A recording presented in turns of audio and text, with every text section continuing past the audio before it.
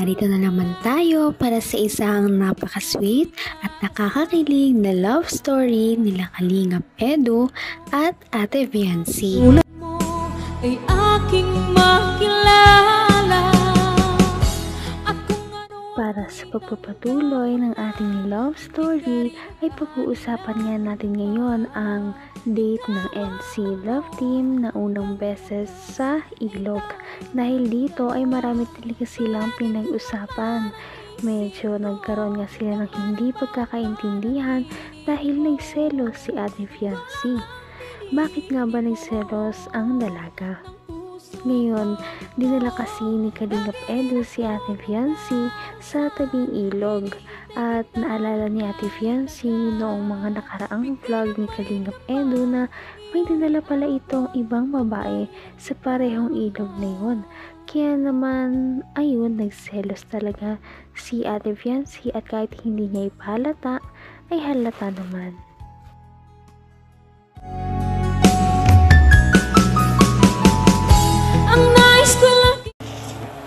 Tatalon ako dito.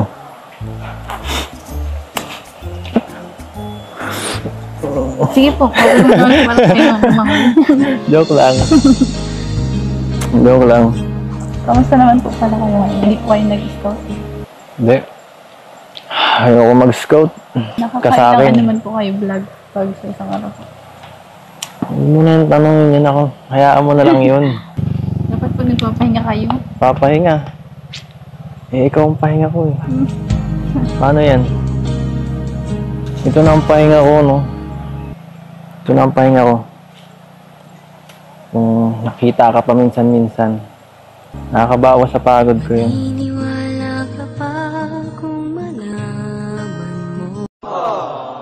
Masaya ka ba? Sa willing ko? Ano naman po? Ikaw po. Palagi naman.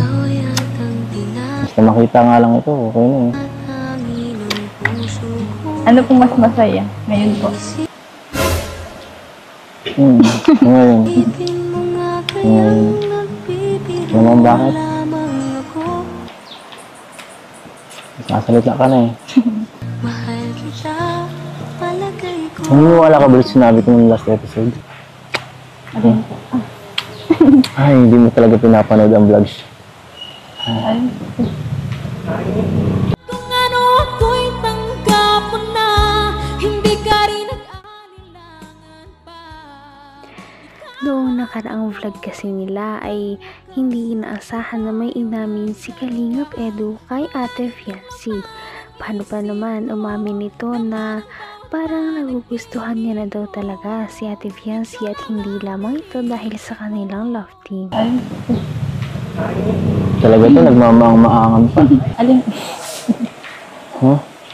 Alam mo yun, yung sinabi kong last episode na gano'n na nga, Alin po yun? na gusto kita. Hindi po. Grabe. Hindi ka talaga nagtitiwala sa akin, no? Grabe naman. Bakit naman ganun? Seryoso naman ang pag-ano ko nun, ah. Hindi niya naman kasi. Siyempre. Papatagalin pa ba? Hindi pa ako tayo nila. Lo. Parang ano, content lang naman po yun. Grabe. Sakit naman nun. Content lang pala ito. Hindi naman parang ganun lang yun. Gusto ko, patunayan ko sa'yo eh. Gusto ko, tumalon pa ako dyan para malaman mo, seryoso ako. Hindi ka naniniwala.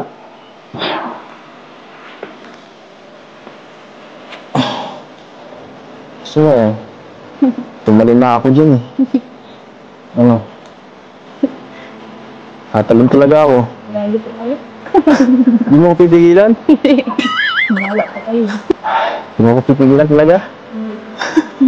Laman ang bawat panaginip ko, ikaw lang ang Dahil sinabi ni Ate Viancy na hindi siya naniniwala, talaga namang parang gusto talaga itong patunayan ni Kalingap Edu sa pagtalon sa ilog. Ngunit gagawin niya ba talaga ito? O parang nagbibiro lamang siya na tatalon siya dito sa ilog para maniwala si Ate Fiancee?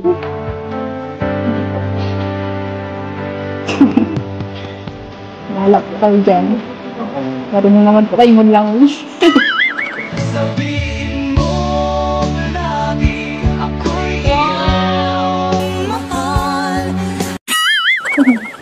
At hindi pa nandali at hindi pang hapabuhay. Hindi nagtataksil kahit na Yan si para sa ito.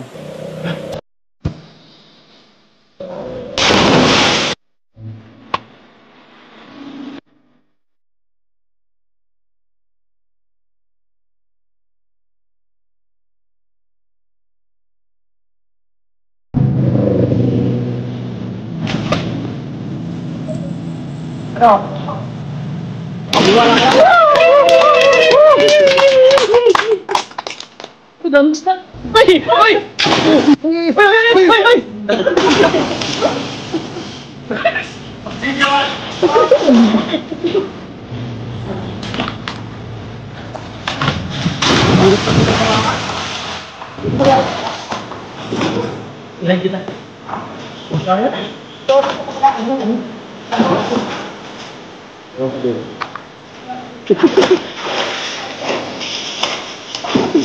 hanggang wakas ay tayo ng dalawa. Palagi kang At ayun na nga, nagulat na lamang si Ate Fiancee dahil pinatunayan talaga ni Kalingap Edu na gusto niya na talaga ang dalaga dahil tumalon na nga siya sa ilog na ito kahit na napakataas. At hindi lamang isa, kundi uulitin niya pa talaga ang pagtalon na ito para lamang mapatunayan kay Ate Fiancee na tunay ang kanyang nararamdaman.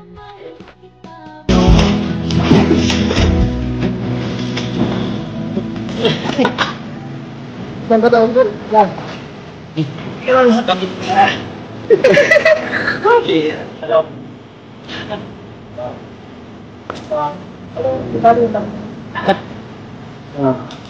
Naniwala ka na? Pagod. Naniwala ka na to?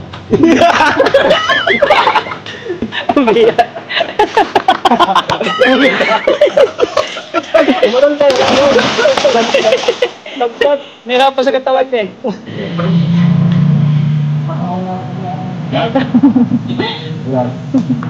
Edo. Tibay yan. Tibay.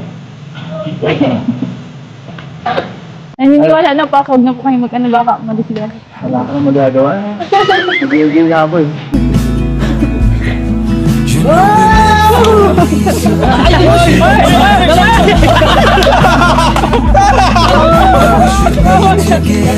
It's heavy weather. We're heading for tonight. You better take what you need, 'cause the time's right now. Orange skin. Kinda sing. Can't make it. Grabe naman talaga ang dedikasyon ni Kalingap Edu kay Ate Fiancee dahil kahit na medyo takot siya sa mga matataas ay talaga namang tinalon niya pa rin ang ilog na yon para lamang mapatunayan kay Ate Fiancee na gusto niya na talaga ang dalaga. At dito nga, sana maniwala na si Ate Fiancee. Napaka-sweet talaga nila at napakabait ng tambalang ito kaya maraming sumusuporta. Kaya naman sana ipatuloy natin silang suportahan at mahalin si Fiancee, si Kalingap Edu at ang Kalingap team. Yun lamang at maraming salamat sa panonood. Abangan natin kung magkakatuluyan ba talaga si Kalingap Edu at Fiancee. Hanggang sa muli. Bye! Ngayon'y abot